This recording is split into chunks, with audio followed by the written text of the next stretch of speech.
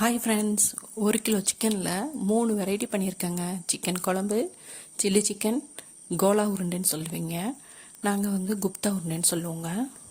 இந்த chicken balls fry பண்ணியும் இருக்குங்க, ஆனத்துலேயும் போட்டிருக்கேங்க.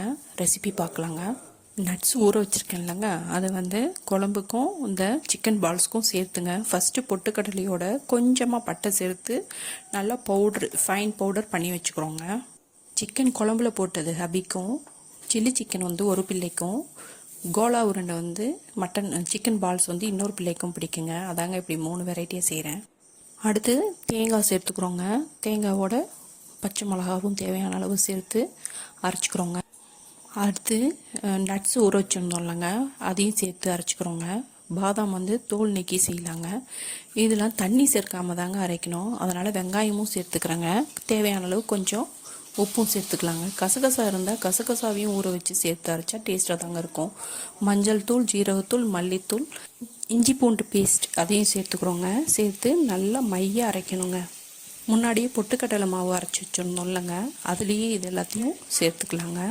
அடுத்து சிக்கனை சின்ன சின்ன பீஸாக போட்டு மிக்சியில் ஒரு சுற்று விட்டோம்னா போதுங்க, நல்லாவே ஈஸியாக அரைஞ்சி வந்துடுங்க. இப்போ இருக்கிற பிராய்லர் கோழிலாம் நல்லா சாஃப்டாக தானங்க இருக்குது, அதனால் ஈஸியாக அரைஞ்சி வந்துடுங்க. எலும்பு எதுவும் இல்லாமல் சதை பீஸாக சேர்த்து அரைக்கணுங்க. இப்போ இது எல்லாத்தையுமே சேர்த்து மிக்ஸ் பண்ணோன்னா நல்லா உருண்டை உருட்டுற மாதிரி பதத்துக்கு வருங்க. இந்த உருண்டை உருட்டிட்டு இருக்கும் போதே பார்த்தீங்கன்னா அவ்வளோ வாசமாக இருக்குங்க. டெம்ட் ஆகிடுங்க, எப்படா செஞ்சு சாப்பிடுவோம் அப்படிங்கிற மாதிரி தோணுங்க. நீங்களும் இது மாதிரிலாம் ட்ரை பண்ணி பாருங்கள், அப்போ தான் தெரியும். பாருங்கள், உருட்டி காமிக்கிறேன். எவ்வளோ அழகாக வருது பார்த்தீங்களா, ஸ்மூத்தாக. ஆயில் வேணும்னா கூட லைட்டாக கையில் தடவிட்டு உருட்டணுன்னா எதுலேயும் ஒட்டாமல் வரும். அப்புறம் குழம்புக்கு தாங்க ரெடி பண்ணினேன். குழம்புக்கு ரெடி பண்ணிவிட்டு அந்த குழம்புலேயே சிக்கன் தனியாக குழம்புக்குன்னு எடுத்து வச்சுருந்தேன்ல, அதை சேர்த்துட்டு இந்த உருண்டையில் ஒரு சில உருண்டைகள் மட்டும் பச்சையாகவே உருட்டி குழம்புல கொதிக்க விட்டுட்டேங்க. அப்புறம் மீதி இருக்கிற எல்லா உருண்டை மாவு எல்லாத்தையும் தனியாக வறுத்து வச்சுட்டேங்க. அதெல்லாம் உங்களுக்கு காமிக்கிறேன் பாருங்கள். இது மாதிரி நீங்களும் நிச்சயமாக ட்ரை பண்ணி பாருங்கள், உங்களுக்கும் பிடிக்குங்க.